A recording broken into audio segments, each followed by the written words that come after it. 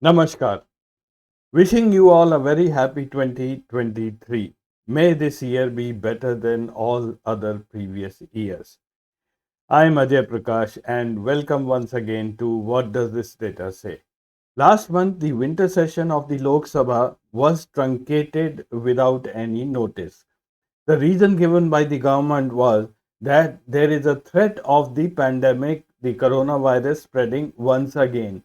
And the very next day, all of our politicians from the BJP appeared in masks in the parliament. And thereafter, till today, I am yet to see any one of them wearing a mask in the public. On the other side, the view of the opposition was that the government is running away from a discussion on the China issue, the incursions in the Tawang area as well as in the Ladakh area.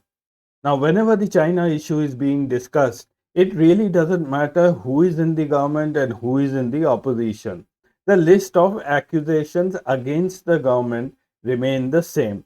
Just to remind you, here's a clip of Mr. Modi from 2013 and just see what he said to the then UPA government. बड़ी बयानबाजी करके भारत के विदेश मंत्री China गए और China में जाकर के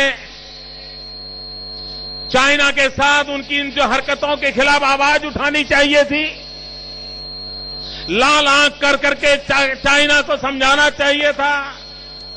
उसके बजाय हिंदुस्तान के विदेश मंत्री ने चाइना में जाके बयान दिया कि बीजिंग इतना बढ़िया शहर है, मुझे यहां रहने का मन कर जाता है। The opposition parties are today giving it back to Mr. Modi, but probably in a much more decent parliamentarian manner. The Congress has raised 7 points on which they want the government to come out clean on the China issue. And one of the issues which the Congress keeps raising is that though our borders are abnormal, the trade with China remains normal and the trade deficit with China is ballooning. At one time when the BJP was in opposition, they had raised similar issues to the UPA. So in today's episode, I'm going to have a look at the Indo-China trade and I'll try to see whether India has an option or is in a position to cut down trade with China. For many of us Indians, when we think of trade with China, what comes to our mind in the first instance is the so-called China bazaars. These are the lowest quality and the cheapest goods which our traders import from China and then sell through such outlets. In fact, after the outrage with China, some of these shops have since then renamed themselves, but the goods sold in them are still imported from China. In practice, this is not what is China for India. These goods which you see here are not even a small fraction of our total imports from China. I'll first give you some generic data about the imports and exports of India so that you can well appreciate the impact of the Indo-China trade.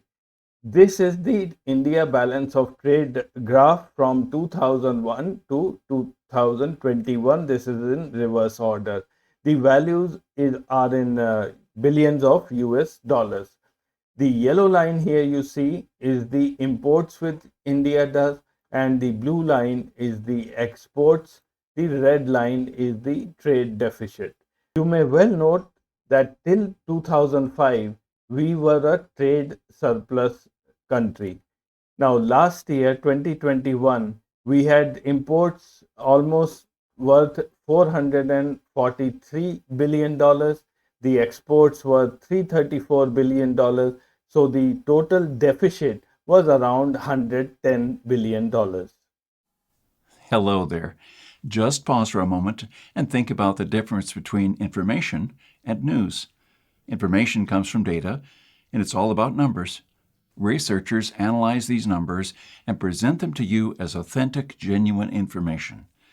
On the other hand, the news is just an opinion, and opinions can be manipulative.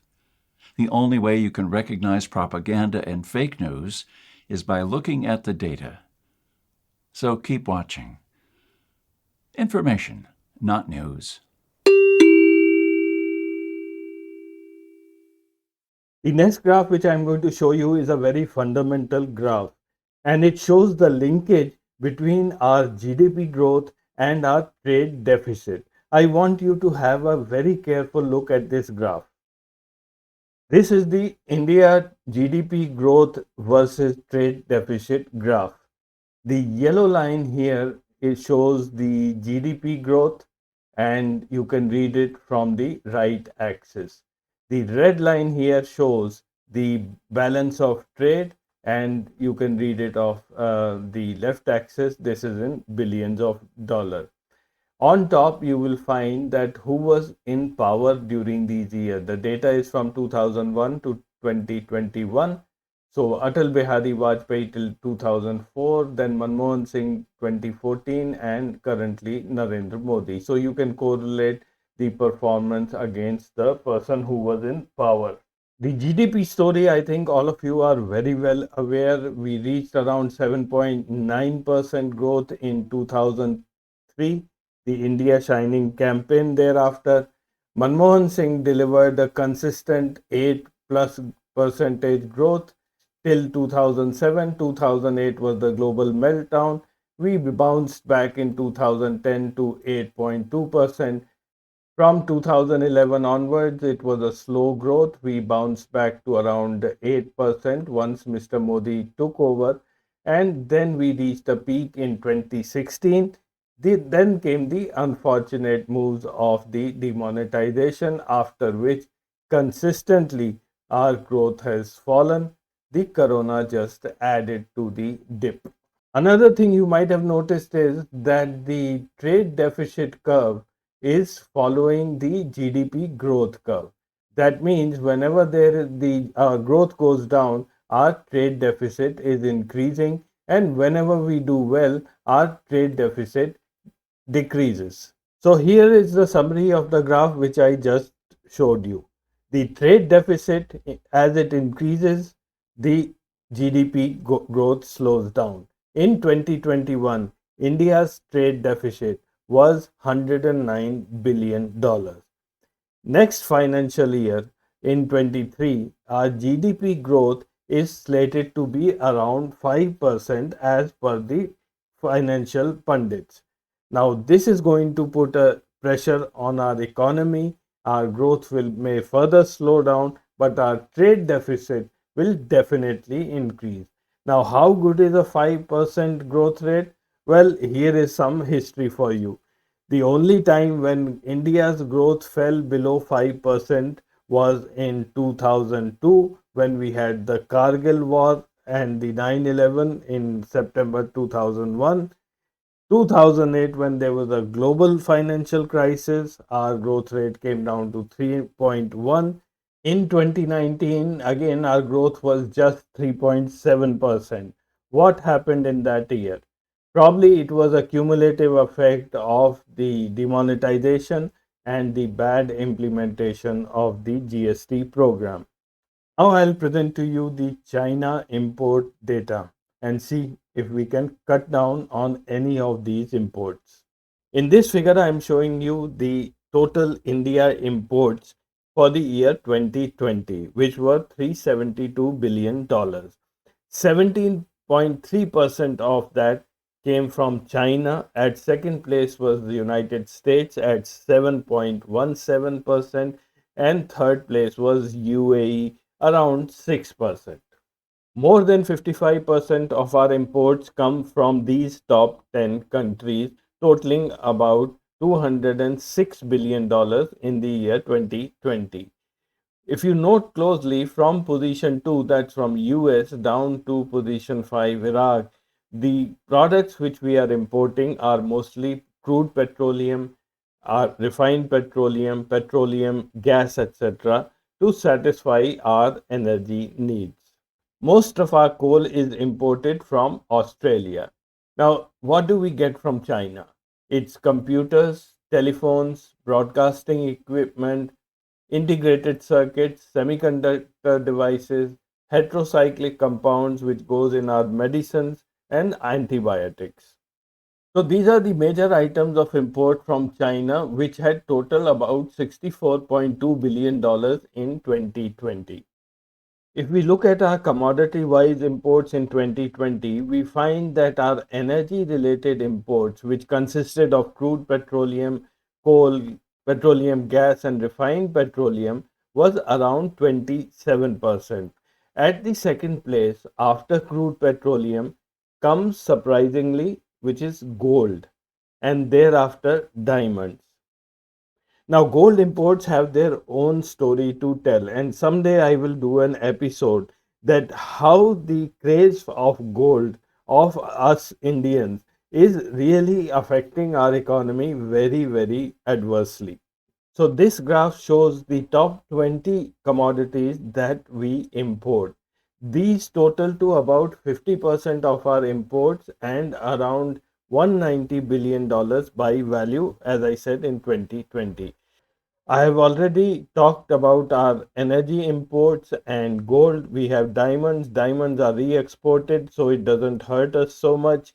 And the others are ICs, which goes in our cars, telephones, all our smartphones, computers, broadcasting equipment, planes, helicopter and transport ships, palm oil, soya bean oil, office machine parts, and then we have commodities which go in our fertilizers and then into our medicines. Just remember, our energy imports constitutes 27.4% and none of these come from China. The value was $102 billion.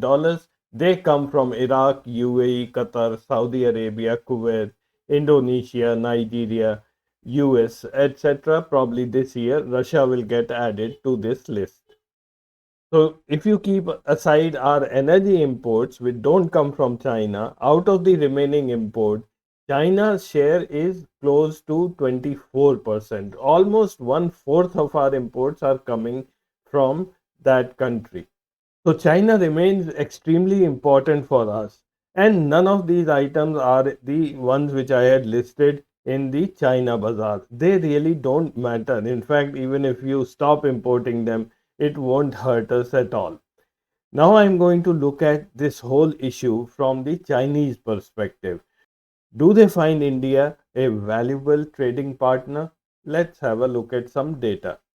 In the year 2020, China imported goods worth $1.55 trillion dollars and exported goods worth $2.65 trillion dollars. They had a healthy trade balance of over a trillion US dollars.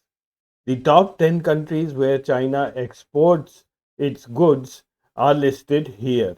These constitute about 54% of their exports. The highest goes to US at 16.5%, followed by Hong Kong at around 9.9%, Japan, Germany, South Korea, Vietnam, United Kingdom, Netherlands, and then India figures at the ninth place where the exports are 2.43%, as I said, at $64.2 billion in 2020. So, if a country is your ninth largest trading partner as far as exports goes, then it should be of importance or some importance to China as well. And when it comes to imports by China, India doesn't really figure anywhere in the list.